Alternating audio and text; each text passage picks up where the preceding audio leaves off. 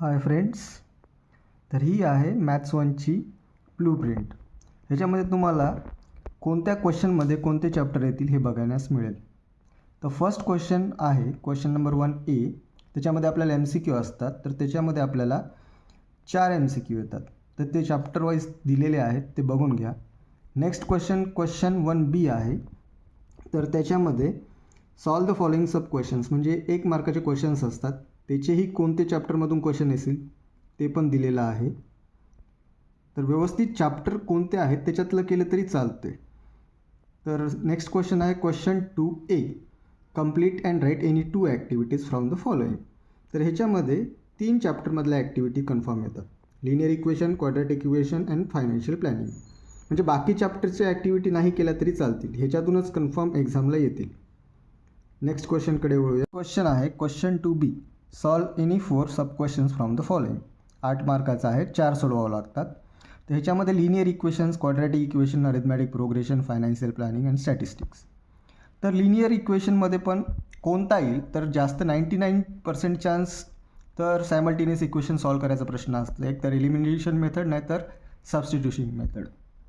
आणि नंतर क्वाड्रॅटिक इक्वेशनमध्ये 100% फॅक्टरायझेशन मेथडच येणार इथे.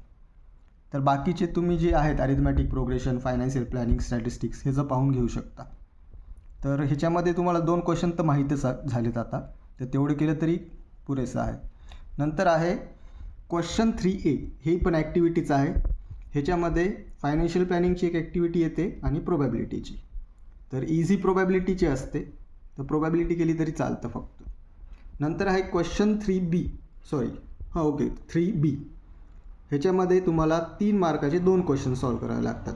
तर ह्याच्यामध्ये लिनियर इक्वेशनचा एक क्वेश्चन येतो आणि त्याच्यामध्ये तो 100% ग्रॅमर रूलचाच असतो आणि तो फार इझी आहे, तुम्ही ते सॉल्व करू शकता.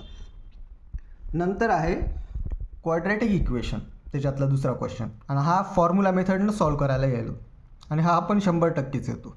आणि थर्ड असतं प्रोबॅबिलिटी.